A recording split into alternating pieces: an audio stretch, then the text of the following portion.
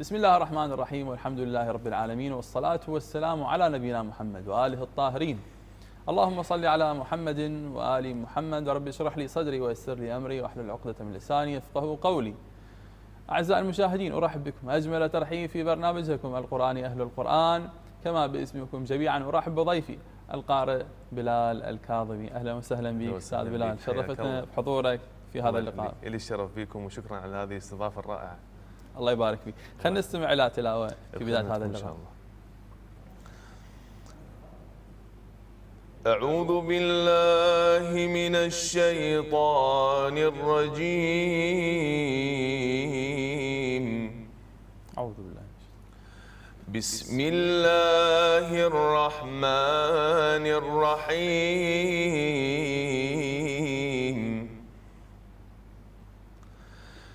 ألم تر أن الله أنزل من السماء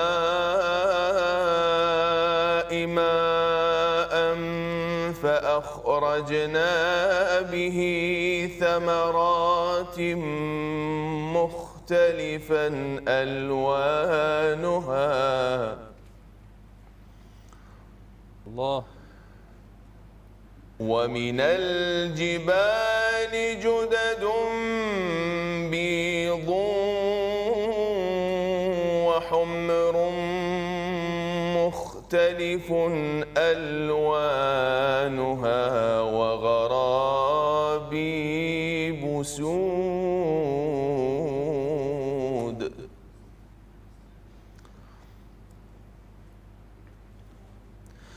ومن الناس والدواب والأنعام مختلف ألوانه كذلك. الله الله. إنما يخشى الله من عباده العلماء.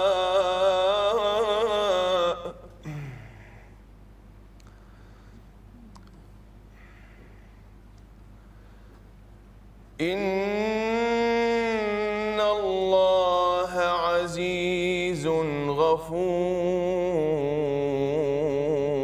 أحسنت. إن الذين يتلون كتاب الله وأقاموا الصلاة وأنفقوا مما رزقناهم سرا وعلانية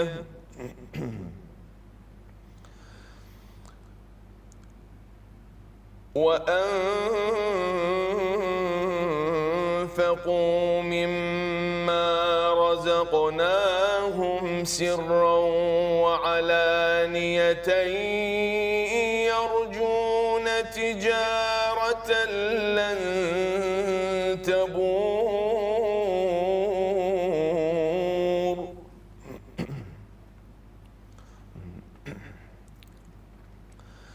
ليوفيهم أجورهم ويزيدهم من فضله إنه غفور شكور. صدق الله العلي العظيم. أحسنت ما شاء الله. صدق الله العلي العظيم. الله يرعاكم. وصدق رسول الكريم. أحسنت. طيب الله أنفاسك. عليكم. لكل قارئ بداية مع كتاب الله الكريم. كيف كانت بدايات بلال الكاظمي؟ الحمد لله. طبعا نبتدئ بسم الله الرحمن الرحيم، والصلاة والسلام على أشرف الكائنات والمرسلين حبيب إله العالمين محمد وعلى آله الطيبين الطاهرين. اللهم صل على محمد وآل محمد. بداياتي كانت في المرحلة المتوسطة، في المرحلة الثالثة متوسط. الحمد لله دخلت في عالم القرآن الكريم في المسجد أو الحسينية القريبة من دارنا، حسينية الإمام علي عليه السلام. في منطقة؟ في منطقة الدولعي. نعم. اللي نسكنها حاليا. فكانت هذه البداية، والحمد لله كانت بداية هي بشكل ختمة قرآنية كاملة نختم على يد الأستاذ المجاز. استمرت هذه الدورة قرابة السنة. أي أستاذ كان؟ بحقيقة احنا يعني مجموعة من الأساتذة كانوا من خيرة الأساتذة ما شاء الله. اللي درسني في أول مرحلة هي أول دورة قرآنية. نعم، أول دورة قرآنية أو أول ختمة للمصحف برواية حفص عن عاصم، القارئ حيدر السعدي. نعم. نوجه له التحية من خلال برنامجكم، الفضل الكبير عليه في مخارج وحروف في الأحكام التلاوة. من ثم انتقلت في رواية حفص الحمد لله أيضا على نفس الشيخ حيدر السعدي، وتدرجت بين الدراسة وبين القرآن الكريم بين الروايتين الثالثة والرابعة في ورش بن وقالون، لحد أن خلصت يعني طبعا الروايتين الأولى والثانية في سنة 2016 تقريبا، أو عفوا 12، والرواية الثالثة والرابعة الحمد لله أخذناها في سنة 2019.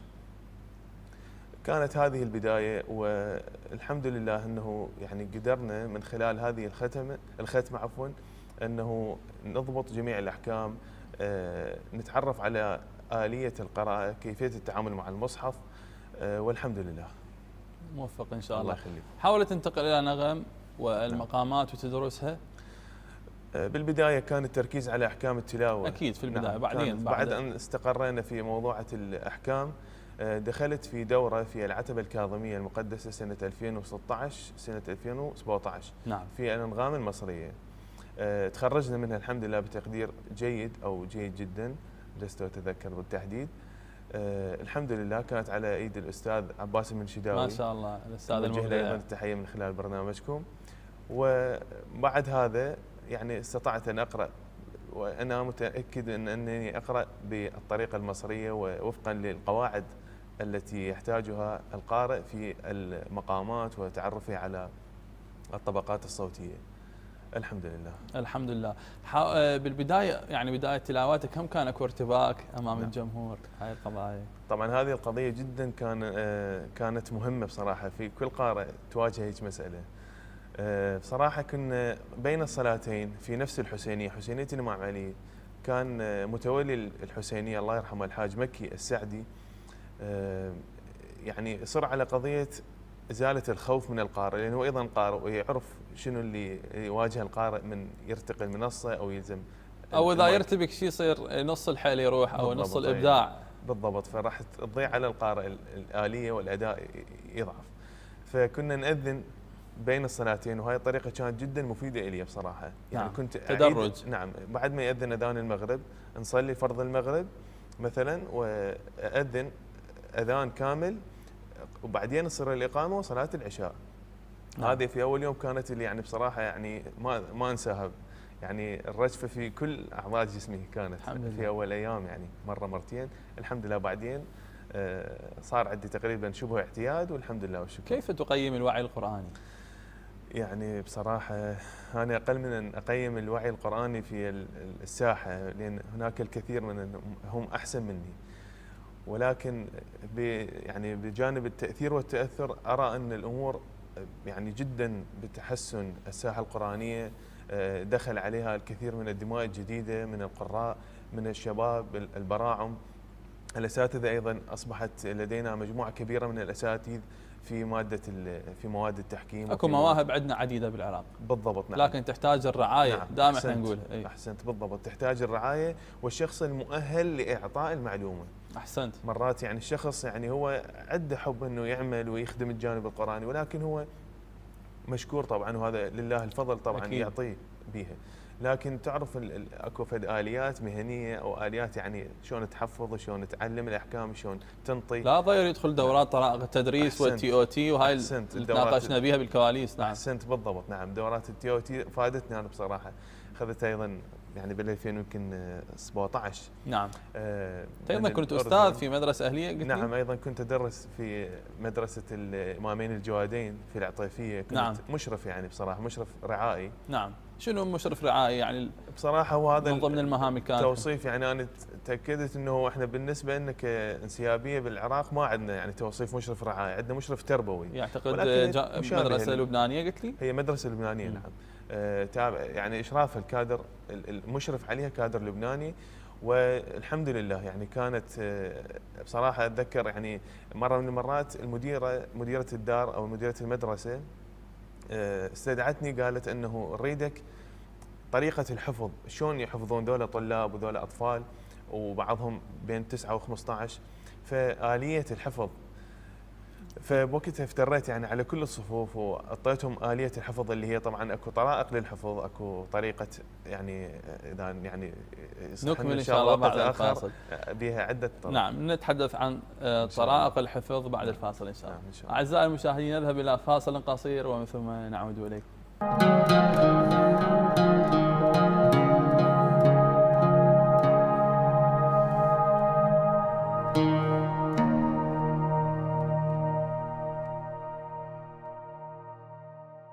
عدنا معكم أعزائي المشاهدين في برنامجكم القرآني أهل القرآن مع القارئ بلال الكاظمي. أهلا بك مرة أخرى. أهلا بك، الله يرعاكم حبيبي سيدنا الغالي، الله يحفظك. الله يعزك.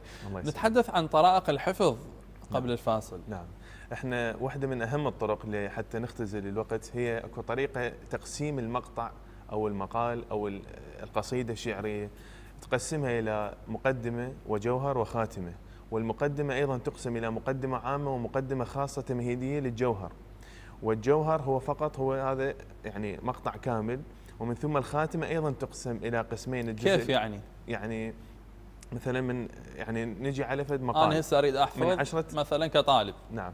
شنو النصائح اللي تسهل عليه الحفظ؟ اولا انه يقسم المقال او المقطع او الصفحه. احنا عندنا سور، مثلا سوره الحمد. جانب الحفظ بالقران تقصد؟ بلي. نعم. اذا في جانب الحفظ اكيد له طريقته. لا عاد انت تقصد على انا اقصد بشكل عام. نعم. مثلا قصيده شعريه. قصيده شعريه او مقال. هذا المقال يتقسم الى 3 اقسام. نعم. يعني هو اصلا اللي يكتب فد مقال راح يقسمها، اول شيء يحكي مقدمه عامه. نعم. قد ما ترتبط بمباشريه مع الجوهر او هو الفكره اللي يريد يوصلها بالمقال. بعدين يمهد في نفس المقدمه، يمهد للجوهر، انه بيدخل في الجوهر اللي هو يصح له العقده طبعا، في اللي هو الجوهر الفكره نفسها يصح له العقده. يعني يحكي ما يريده من قصد في هذا المقال، ومن ثم ينتقل الى تخليص هذا الجوهر بخاتمه، ومن ثم يختم بالخاتمه العامه. هذا كل البناء الفكري للمقالات يعني تقريبا بهذه الطريقه.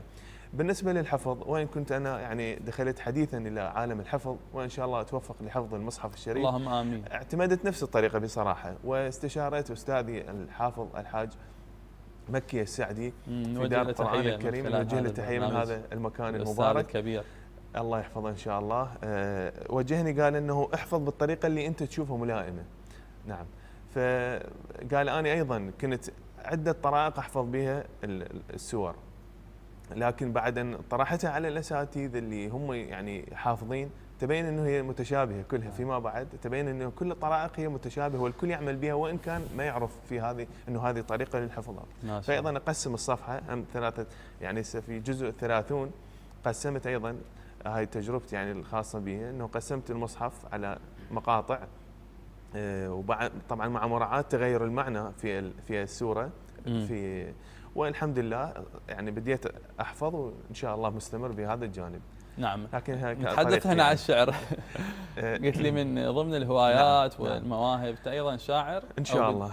في بدايه الشعر. نعم. ان شاء الله. كتبت شيء على القران؟ احنا كلنا طلاب علم بصراحه. القران كشاعر انت همين كتبت فد كلمات بصراحه كتبت قصيده يصح لها الهيات اعتقد في عالم الشعر. بلي. وكتبت قصائد في حق الامام موسى بن جعفر وائمه الهدى عليهم السلام، ويعني في اكثر من موضوع واكثر من امام. الشعر الحسيني طبعا. نسمع فد مقطع منها ممكن؟ مثلا هي مقطع منها مطلعها. بلي. ما اتذكرها بصراحه، ناسيها. اي والله، بس هي ما محضرها، بس هي يعني اعتقد وجهت وجهي للاله داعيا، يعني اعتقد من البحر الكامل هي صراحه. هل هنالك علاقه بين تعلقك بالقران ومسيرتك القانونيه؟ وانت خريج بكالوريوس؟ نعم الحمد لله. طبعا لا انسى القانون. نعم بالضبط، بكالوريوس، وحاليا بالمرحله البحثيه بالماجستير. ما شاء الله. من كليه حكوميه. بصراحة أثر بي القرآن الكريم بعملي طبعا بالمحاماة. نعم كمحامي أنت. نعم وكقارئ للقرآن. أحسنت، هو هذا المقصد، أنه أكو فد ارتباط لا يمكن نزعه أكيد. بين القرآن أو بين يعني الشريعة الإسلامية وبين القانون، لأن هي أصلا القانون وجد بعد الشريعة، الشرائع على امتدادها طبعا. فاكو بعض الدعاوى، اكو بعض الامور اللي يعني الشرع ناطي بها موقف غير قابل للتحديث او غير قابل للتعديل او غير قابل لان يفسر بوجه اخر، فهذه امتنع عنها. اكو بعض الدعاوي يعني مثلا دعاوي سحب الطفل اللي بعد عمر السنتين، الشرع منع انه يسحب الطفل ما بعد السنتين، ولكن القانون رايه مخالف الراي الشرعي. الراي القانوني عكس الراي الشرعي. الشرع يقول يبقى الطفل بعد السنتين يم ابوه. نعم. القانون يقول بعد السنتين يخير او بعد 7 سنوات يخير، ولكن هي تخضع لقضيه القناعه الشخصيه للقاضي ولا اطراف الدعوه.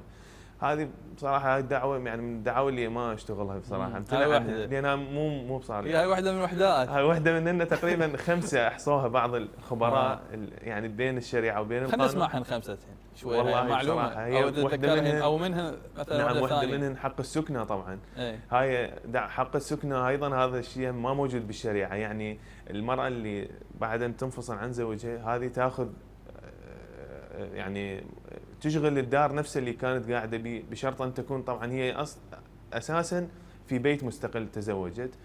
فهنا راح راح تاخذ ايجار عن السكن اللي تقعد به، هذا ما له نص شرعي. زين، ما له نص شرعي. بالقانون موجود ويعطيها، وهذا الرجل يدفع هاي يعني التبعه الماديه، وهي يعني ما لها اساس من الشرع. اكو ايضا طبعا اكو نقطه ايضا مهمه جدا تواصلت بها مع وكلاء المرجعيه بها، دعاوى القتل العمد.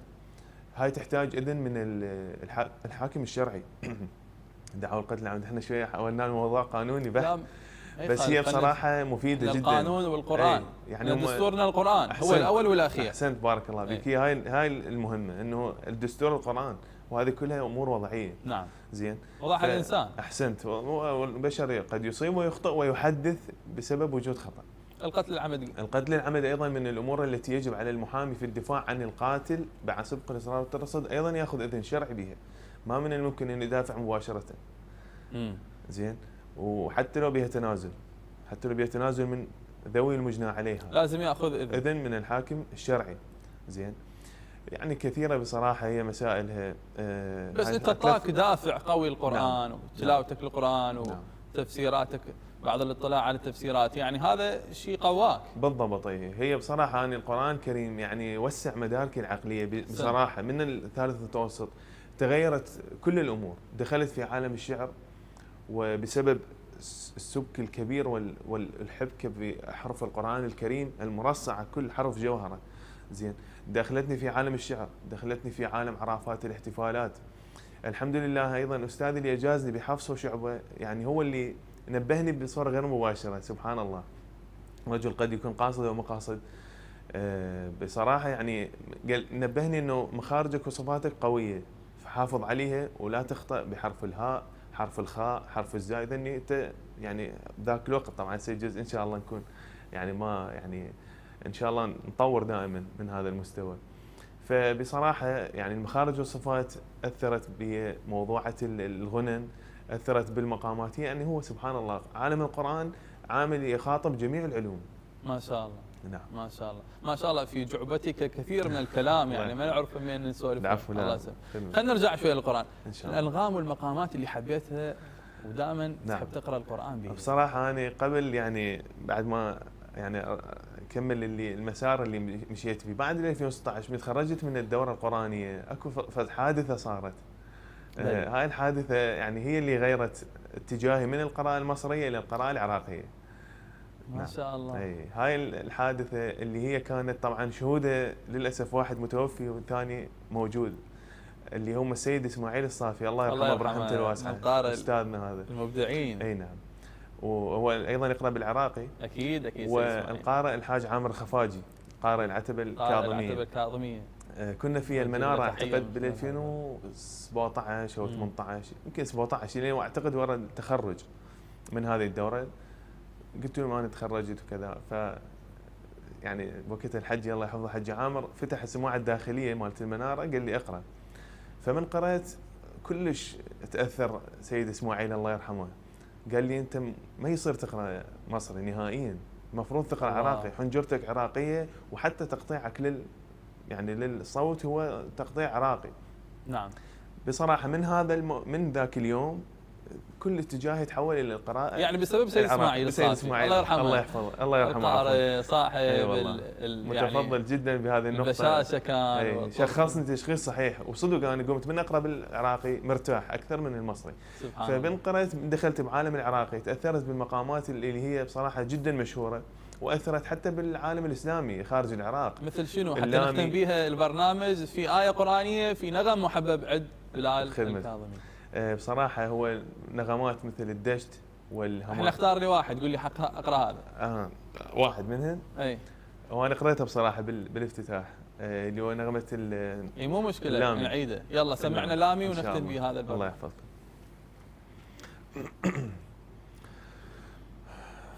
أعوذ بالله من الشيطان الرجيم. بسم الله الرحمن الرحيم.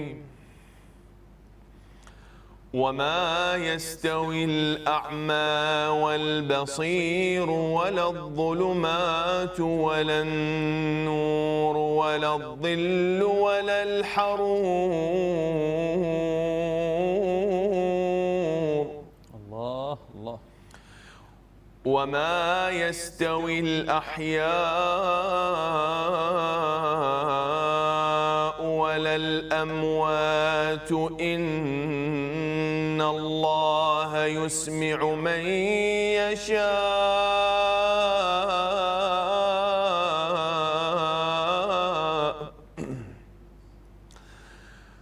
إن الله يسمع من يشاء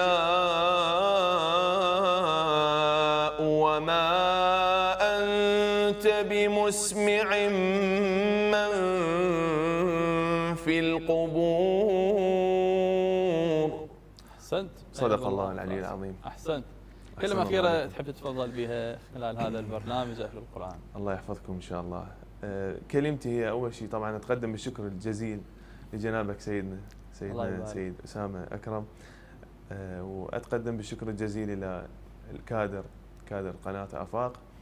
ويعني بصراحة أدعو جميع آباء وأبناء الأولاد من البنين والبنات إلى أن يدخلوا أبنائهم في عالم كما تفضلت عالم القرآن الكريم، لأن بصراحة الخير وكل الخير بالقرآن الكريم. الله. أحسنت. أحسن الله. شكرا لك. الله إذن أعزائي المشاهدين وصلنا وياكم إلى نهاية هذا البرنامج، نلتقي وياكم في حلقة قادمة، والسلام عليكم ورحمة الله وبركاته.